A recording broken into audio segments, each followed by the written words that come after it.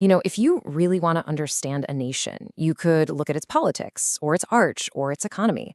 But what if I told you one of the most revealing places to look is its bookshelf? Specifically, what people are reading about science. And in Japan, that bookshelf tells this pretty amazing story of revolution, reinvention, and, believe it or not, manga.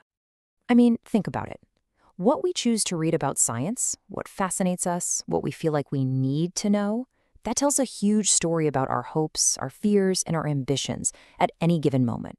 And Japan's story is a perfect example of this. So I want to start with a number, 4.4 million. Just let that sink in. It's a massive figure, right? The kind of number you'd expect for a global pop album or some blockbuster movie. But this isn't for a novel or a celebrity tell-all. Nope. This is the number of people who went out and bought a book called Baka no Kabe, which translates to The Wall of Fools. It's this dense, philosophical book by an anatomist about why we ignore truths we don't like. So how in the world does a book like that become a phenomenon? Well, the answer starts centuries ago, in a time when science itself was a dangerous secret. Okay, so our journey kicks off back in the Edo period. Japan was pretty much sealed off from the rest of the world, and any Western science was treated like forbidden knowledge. It was radical, it was foreign, and it was about to change everything. Look at these two dates, nearly 100 years apart. In 1774, one single anatomy book cracks open the door to Western medicine. And then, not much happens for decades. But then, bam, 1868. The Meiji Restoration throws the floodgates wide open, and all of a sudden, a children's physics book is a national priority.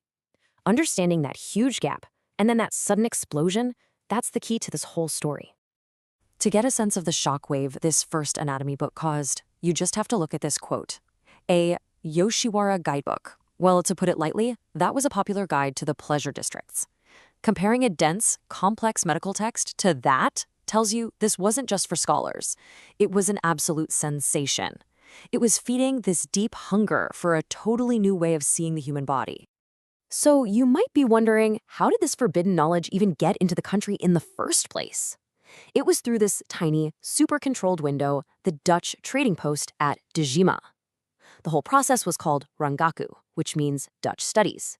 It was this painstaking, often really risky effort by a small group of scholars to translate and figure out Western texts, mostly on medicine and astronomy, often right under the noses of authorities who did not approve.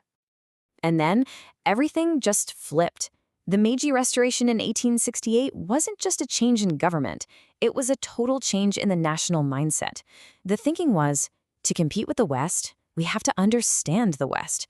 This sparked what they called Kyuri Netsu, a science fever. Books on physics, chemistry, engineering, they went from being secret texts to essential tools for building a modern empire.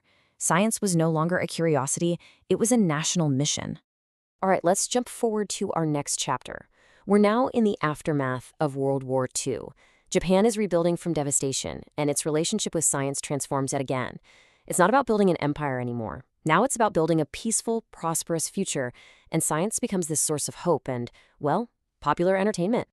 This whole transformation was perfectly captured by this revolutionary series of paperbacks called the Bluebacks, which launched in 1963. Their motto was so simple but so powerful: science to your pocket. The whole idea was to make science accessible, affordable, and something you could just read on the train, like a novel. And the impact was just staggering.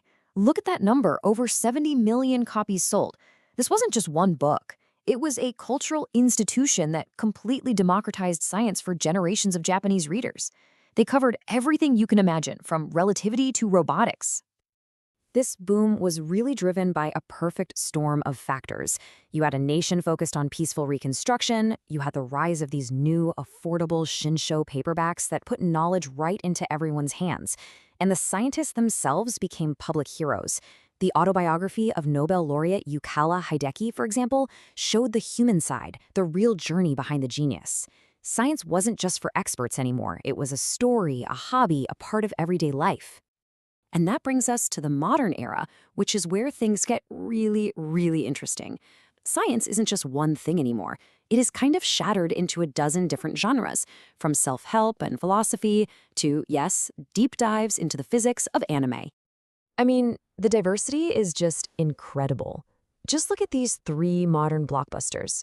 Each one sold millions and millions of copies, and they could not be more different from each other.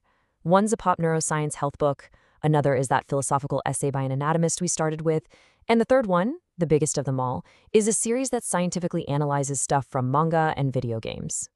So let's just quickly break that down. Nonai Kakume, Brain Revolution, basically told people that positive thinking could literally change their brain chemistry. Baka Nakabe, The Wall of Fools, used biology to explore why we refuse to listen to things we don't want to hear. And Kuso Kagakudakuhon calculated things like what's the real physical force of a superhero's punch. These aren't just science books anymore, they're cultural touchstones. What this shows us are these two really fascinating paths for modern science writing. On one hand, you have pop culture being used as a gateway for hard science, and on the other, you have the scientists themselves becoming the storytellers, sharing their own personal adventures.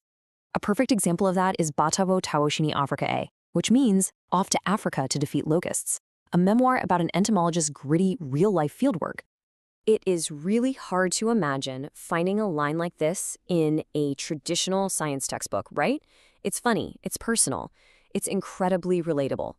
This humanization of the scientist, a trend that really started way back with Yukawa's autobiography, has now just fully bloomed. It's turned these researchers into compelling adventure heroes. So, when you step back and look at this whole journey, what's the big takeaway? Japan's relationship with science, seen through its best-selling books, has passed through four distinct ages. First, science was a dangerous secret to be uncovered. Then, it became a vital tool to build a nation. After the war, it was a product to sell, a kind of hopeful entertainment.